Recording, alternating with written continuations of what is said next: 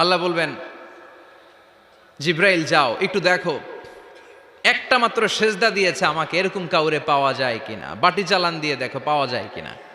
খুঁজে খুঁজে কাউরে পাবে না। আল্লাহ বললেন আবার দেখো, খুঁজে খুঁজে একজনকে পাবে, সামান্য ইমানের ছিটে ফোঁটা তার অন্তরে ছিল। আল্লাহ বলবেন, যেহেতু ছিটে ফোঁটা আছে, অনেক মায়ের খাইছে, ওকে বের করে জাহান্নাম থেকে বের করে একটা নির্ধারিত দূরত্বে রেখে দাও।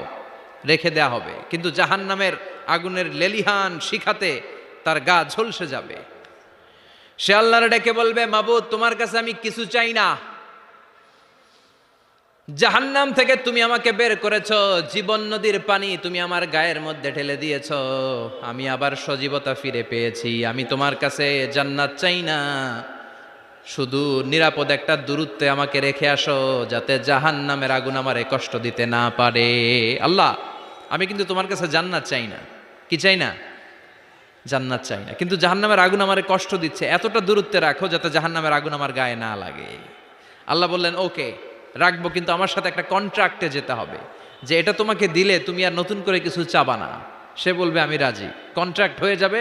আল্লাহ জিব্রাইলরে বলবেন, যাও এমন দূরত্বে রাখো যাতে জাহান্নামের আগুন ওরে কষ্ট না দেয়, রেখে আসা হবে। আসসালামু আলাইকুম ওরহমতুল্লাহি ওয়াবারাকাতু। দেশ এবং দেশের বাইরে থেকে যে আমার এই ইউটিউব চ্যানেলটা দেখছেন, গোস্ট এশিয়ার ইসলামিক ইউটিউব চ্যানেল, আপনাদের জানাই আন্তরিক প্রীতি ও শুভেচ্ছা। তো আজকে যে মৌলানাকে আমরা নিয়ে এসেছি, সে মৌলানা হচ্ছে মিজানুর রহমান আজহারি। মিজানুর রহমান আজহারি হুজুর একটা বাক্যে আমরা শুনবো যে একটা সিজদার একটা কত মূল্য আছে। একটা সিজদার মাধ্যমে কিন্তু একজন ব্যক্তিকে আল্লাহ পাক রব্বুল আলামিন জান্নাতে দিয়েছিলেন। সেই সিজদা কীরকম সিজদা করলে পরে জান্নাত লাভ করতে পাওয়া যায়। আজকে আমরা নামাজ পড়ে 1 মিনিটে 4টে সিজদা দিই, এরকম কিন্তু সিজদা আল্লাহ তাআলা পছন্দ করেন না। আল্লাহ যেরকম সিজদা পছন্দ করেন আমাদের কিন্তু সেই রকম সিজদাই দিতে হবে। তো চলুন আর বেশি দেরি না করে আমরা মৌলানার কাছ থেকে শুনে নেব সিজদার ব্যাপারে। আল্লাহ বলবেন, জিব্রাইল যাও একটু দেখো, একটা মাত্র সেজদা দিয়েছে আমাকে, এরকম কাউরে পাওয়া যায় কিনা। বাটি চালান দিয়ে দেখো পাওয়া যায় কিনা। খুঁজে খুঁজে কাউরে পাবে না। আল্লাহ বললেন আবার দেখো, খুঁজে খুঁজে একজনকে পাবে, সামান্য ইমানের ছিটে ফোঁটা তার অন্তরে ছিল। আল্লাহ বলবেন, যেহেতু ছিটে ফোঁটা আছে, অনেক মায়ের খাইছে, ওকে বের করে জাহান্নাম থেকে বের করে একটা নির্ধারিত দূরত্বে রেখে দাও। রেখে দেয়া হবে, কিন্তু জাহান্নামের আগুনের লেলিহান শিখাতে তার গা ঝলসে যাবে। সে আল্লাহর ডেকে বলবে, মাবুদ তোমার কাছে আমি কিছু চাই না। জাহান্নাম থেকে তুমি আমাকে বের করেছো, জীবন নদীর পানি তুমি আমার গায়ের মধ্যে ঢেলে দিয়েছো, আমি আবার সজীবতা ফিরে পেয়েছি। আমি তোমার কাছে জান্নাত চাই না, শুধু নিরাপদ একটা দূরত্বে আমাকে রেখে আসো, যাতে জাহান্নামের আগুন আমারে কষ্ট দিতে না পারে। আল্লাহ, আমি কিন্তু তোমার কাছে জান্নাত চাই না। কি চাই না? জান্নাত চাই না, কিন্তু জাহান্নামের আগুন আমারে কষ্ট দিচ্ছে, এতটা দূরত্বে রাখো যাতে জাহান্নামের আগুন আমার গায়ে না লাগে।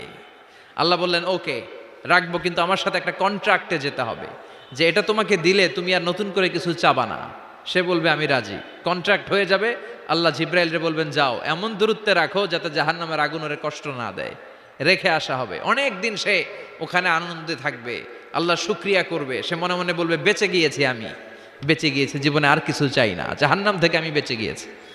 অনেকদিন থাকার পরে মনে মনে ভাববে, বাইসা তো গেছি, কিন্তু নতুন করে একটু ট্রাই করে দেখি, জাহান্নামের সৌন্দর্যের দৃশ্য একটু চোখ দিয়ে অবলোকন করা যায় কিনা। সে আল্লাহরে ডেকে বলবে, আল্লাহ এন্দি সুয়াল, আমার একটা ফরিয়াদ আছে। কি ফরিয়াদ? আল্লাহ আগেই বলে রাখি, আমি কিন্তু জান্নাতে যেতে চাই না। আল্লাহ বলবেন, কি চাও? সে বলবে, আল্লাহ তোমার জান্নাতটা তুমি কত সুন্দর করে বানিয়েছো, আমি একটা নজর শুধু দেখতে চাই। জান্নাতের দরজার সামনে নিয়ে যদি আমারে বসিয়ে রাখো, দ্যাটস ইনাফ, আর কিছু চাই না, শুধু জান্নাতের দরজার সামনে। আল্লাহ বললেন, তুই না ওয়াদা করেছিস, তুই না চুক্তি করেছিস। সে বলবে, আল্লাহ আমারে হতভাগা বানাইয়া তোমার কি লাভ? সুবহানাল্লাহ পড়েন। আমারে তুমি হতভাগা বানিও না। আল্লাহ বলে, ঠিক আছে, আবার সিগনেচার কর যে জান্নাতের দরজার সামনে বসিয়ে দিলে আর কিছু চাবি না। সে সিগনেচার করে বলে, আমি চাবো না। আল্লাহ বললেন, জিব্রাইল বেচারারে ধরে জান্নাতের গেটের সামনে বসায় দে। এবার জান্নাতের গেটের সামনে বসে বসে জান্নাতের সৌন্দর্য দেখা শুরু করবে। সুবহানাল্লাহ। এমন সৌন্দর্য যেটা চোখ দিয়ে কেউ দেখে নাই, কান দিয়ে শোনে নাই। ওই সৌন্দর্য চোখে দেখে, কান দিয়ে আওয়াজ শুনে, মাগার ভোগ করতে পারে না। অন্তরে জ্বালা আছে না নাই? এয়ার কন্ডিশনের রুমে ঢুকতে না পারলেও এয়ার কন্ডিশনের রুমের দরজার বাইরে দাঁড়ালো এয়ার কন্ডিশনের রুমের একটা ঠান্ডা বাতাস গায়ে লাগে না? কথা বলেন। তো ও যখন জান্নাতের দরজার সামনে দাঁড়াবে, ওর গায়েও এরকম জান্নাতের ঠান্ডা বাতাসের হিমেল ছোঁয়া গাটাকে শীতল করে দিবে। ওই শীতল হয়ে যাওয়ার পরে আর তো সহ্য হবে না, আবার আল্লাহরে ডাকবে, মনে মনে ভাববে আর একটু ট্রাই করি না, দোষ কি, আস্তে আস্তে অনেক দূর তো আগাইছি। সুবহানাল্লাহ কইবেন না? এবার আল্লাহরে বলবে, আল্লাহ ইনদি সুয়াল, আল্লাহ তুমি যদি কোনো বিষয়ে নতুন করে ডিসিশন নাও, তোমারে জিজ্ঞেস করার মতো কি কেউ আছে? আল্লাহ বলেন, না, আমি তো সব রাজার বড় রাজা, মহারাজা, আমার উপরে তো কারো কথা চলে না। ওই হতভাগা লোকটা বলবে, আল্লাহ এত সুন্দর জান্নাত তুমি বানালাম, চোখ দিয়ে সৌন্দর্য দেখি, কান দিয়ে আওয়াজগুলো শুনি, হুর আর গেলমান হেঁটে বেড়ায়, এত সুন্দর জান্নাত চোখ দিয়ে দেখি, ঢুকতে পারি না, আমারে কষ্ট দিয়ে তোমার কি লাভ?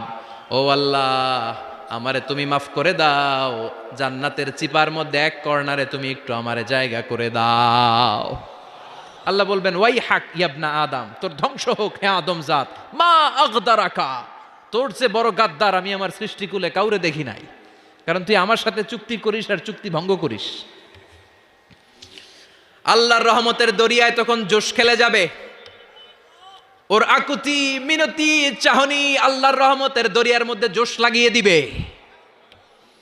আল্লাহর দয়া হয়ে যাবে, মায়া হয়ে যাবে। আল্লাহ বলবেন, ঠিক আছে, জান্নাতে যা। লোকটা এবার এক দৌড়ে জান্নাতের ভিতরে ঢুকে যাবে। লোকটার দৌড় দেখে আবার লোকটারে আল্লাহ ডেকে বলবে, একটু দাঁড়া, একটু দাঁড়া, জান্নাত তো দিছি, তো দৌড় দিলি কেন? সুবহানাল্লাহ কইবেন না? লোকটি বলবে, আল্লাহ প্ল্যান তো আমি কম করি নাই, এত চেষ্টার ফলে আমি আসতে পারছি, আবার যদি তুমি বাইর করে দাও, এই জন্য এক দৌড়ে এমন চিপার মধ্যে লুকামো যাতে তুমি আমারে না দেখো। আবার আল্লাহর রহমতের দরিয়ায় জোশ খেলে যাবে। আল্লাহ কাছে ডাকবে, কাছে আয়, ও গোলাম, তোর কি মনে চায় আমারে বল, আজকে তুই চাইতে থাক, আমি দিতে দিতে তোর মনের সব আশা পূরণ করে দেব।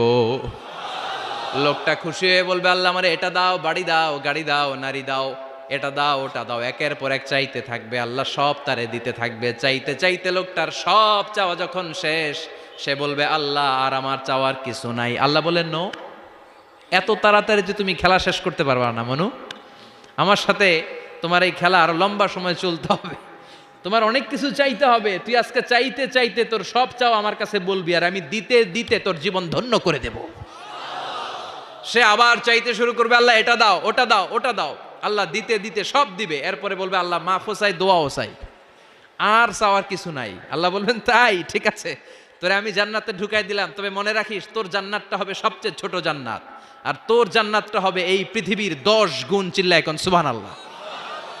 বুখারীর বর্ণনা, আখিরু মান দাখালাল জান্নাহ, যে লোকটা সর্বশেষ অনেক মাইর খাইয়া রিমান্ডে থাকার পরে জান্নাতে ঢুকবে, তার জান্নাতটা যদি পৃথিবীর 10 গুণ হয়, তাহলে আমাদের সবাইরে ফেরদাউসে ঢুকাতে আল্লাহর কোনো সমস্যা আছে?